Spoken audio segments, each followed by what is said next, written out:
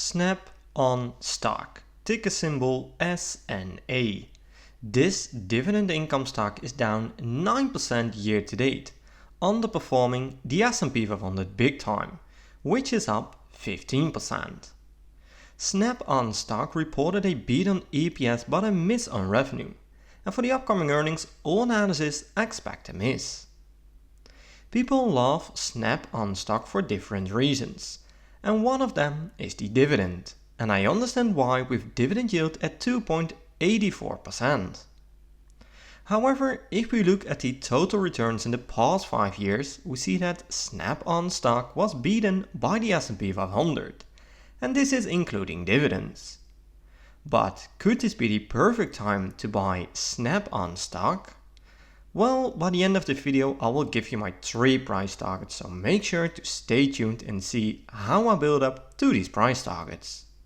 I'm very excited to see what you guys think about this stock, so please let me know your thoughts in the comments. My name is Thomas and this is Thomas Invest. I'm an investor looking for great stocks at great prices. So what does SNA do? Snap-on manufactures premium tools and software for repair professionals. Hand tools are sold through a franchise-operated mobile van network that serve auto technicians who purchase tools at their own expense.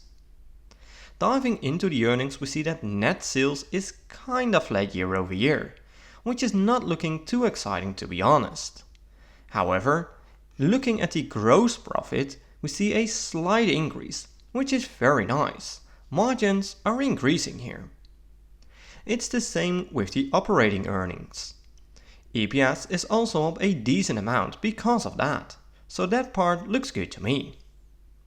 Looking at the first segment, we see that revenue is down a little bit year over year. Definitely something to keep your eye on. Gross profit is up, which is in line with the overall number of the company. Operating margin is also up 10 bps, which is very nice. The second segment, Snap-on Tools, is down 7% in revenue, which worries me a bit. Also because margin is decreasing significantly here.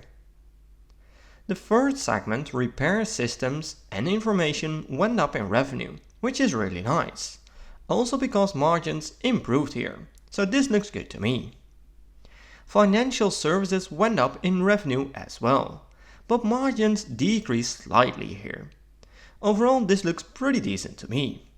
And now that we know a bit more about the company, it is time to check the fundamentals of this stock. But first, if you made it this far into the video, I want to thank you a lot for watching this video. Make sure to subscribe to my channel to receive multiple analyses every week. And also join my Discord channel for free to meet other people within the community and to talk about stocks. It's completely free, so don't miss it out. Let's continue by diving into the fundamentals. Snap-on is a 14 billion market cap company. PE ratio is at 13.7, which could indicate that they are undervalued. Later in this video I will show you my 3 price targets for Snap-on stock, so make sure to watch until the end. Revenue is at 5.1 billion and in this graph we see that revenue went up in the long run. During lockdown periods revenue decreased, of which it recovered pretty decent. Most recently revenue is again decreasing a little bit, so definitely keep an eye on this number. The thing that I really like about Snap-on is that the margins are increasing really steady and consistent. This is what I like to see when you have a slower growing company in terms of revenue. For the EPS it is pretty much the same story. To me this looks really good. Analysts expect that EPS will increase at a decent pace in the coming years. To me, this looks pretty decent. For the revenue growth, it is looking pretty much the same, but with lower numbers. Snap-on is just a slow growing company, which isn't necessarily a bad thing. Return on assets is reported at 13.8%, which is a great number. The return on equity looks really good at almost 20%, and the most important number here, return on invested capital, is reported at 12.25%, which is again a really great number. And it is also higher versus the 5-year average, so that's also a good sign to me. Current ratio is at 3.82, which is a really high number. I prefer a range of 1 to 2 here, so definitely keep an eye on this number. But here comes the great part. Right now, Snap-on has 1.3 billion in debt. I prefer companies that can pay down at least a big chunk of their total debt with the total cash. Snap-on has 1.12 billion in total cash, so they can pay down almost all of their debt without any problems. This is really impressive and comforts me a lot. But it is still very important that free cash flow is growing, since this is used to pay down debt of course, but also to buy back shares, pay dividends and all other things. And here we see that free cash flow is going up in the long run. However, it is not always steady and consistent, but I'm still feeling good about these numbers. Shares outstanding are decreasing, which is something that I really like.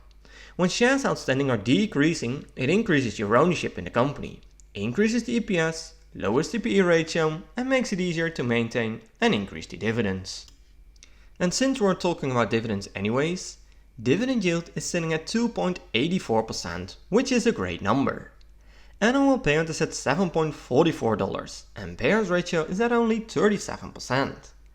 I prefer 50% or lower, so right now they have 63% left in cash to pay down debt, do acquisitions, buy back shares and all other things. The 5-year growth rate is looking really good at almost 15%. And they also have 14 consecutive years of dividend increases. And if you take a look at these numbers, the dividends paid since 2015, we see that Snap-on always increased the dividends at a decent pace. To me, this looks really good. Payout ratio is a very important metric with dividends. It tells you if the dividends are safe. And here we see that payout ratio is looking pretty good between 30 and 40%. In this graph we see the expected dividends in 2024, 2025 and 2026. Of course this is an estimation and can be highly impacted by results, but it gives you a rough indication. It's expected to increase at a decent pace from here. And overall these dividends look really good to me, but how about the historical returns? I decided to compare Snap-on stock with the overall market, in this case the S&P 500. On the 5-year chart we see that Snap-on stock underperformed the S&P 500. In total, Snap-on returned 82%. And keep in mind this is including dividends. The S&P 500 is at 104%.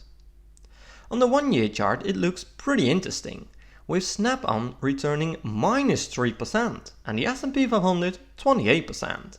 That's a big difference.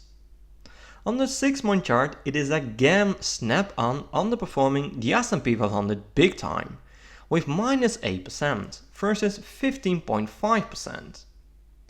On the 1-month chart, it is again Snap-on stock at a negative return, so we see a pattern here. Bottom line, the S&P 500 was the better choice in the long run, but also in the short run. But could this be the perfect time to buy Snap-on stock? Well, let's check the 3 price targets that are created using the Everything Money software, which is one of the best tools out there. I'm using a low, mid and high assumption to get the 3 price targets, starting off with revenue growth. For the revenue growth I'm filling in 3, 4 and 5%, based on historical performance, their own outlook, but also because of the analysis. For the profit margin I'm putting in 20, 22 and 24%. For the free cash flow margin, I'm putting in the same numbers. For the PE ratio and the price to free cash flow, I'm putting in 12, 13 and 14. My desired annual return is 12.5%, since I can get an easy 10% average annual return with owning an ETF. Right now, Snap-on stock is around $262. I hit analyze, and we see a lot of red numbers. We have a low price target of around $207. We have a mid price target of $254 and we have a high price target of around $309. And to me the mid to high price target is the most justified here, meaning the stock could be undervalued based on these numbers. So what do you think is the most justified price target here? Let me know in the comments down below.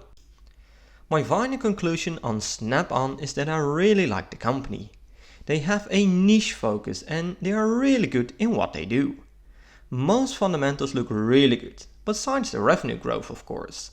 It's not a double-digit growing company, which is fine as long as it keeps on growing at a decent pace. I'm happy. Especially since the margins are increasing a lot over a longer period of time. And that's really important for this type of company, since that's where the value is at. As soon as margins stop increasing, this company could be in trouble. From a dividend point of view, things also look really good with a decent yield and high growth numbers, but also a really low payout ratio. From a value point of view, things also look pretty interesting.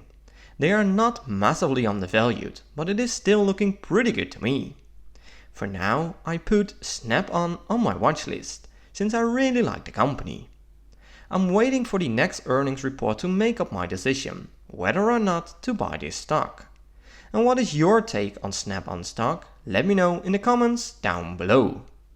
And remember to always do your own research and never fully trust on what I or other YouTubers say about a stock. I'm not a financial advisor and this content is just for entertaining purposes only. I hope you liked this video and I did bring some insights of the company to you.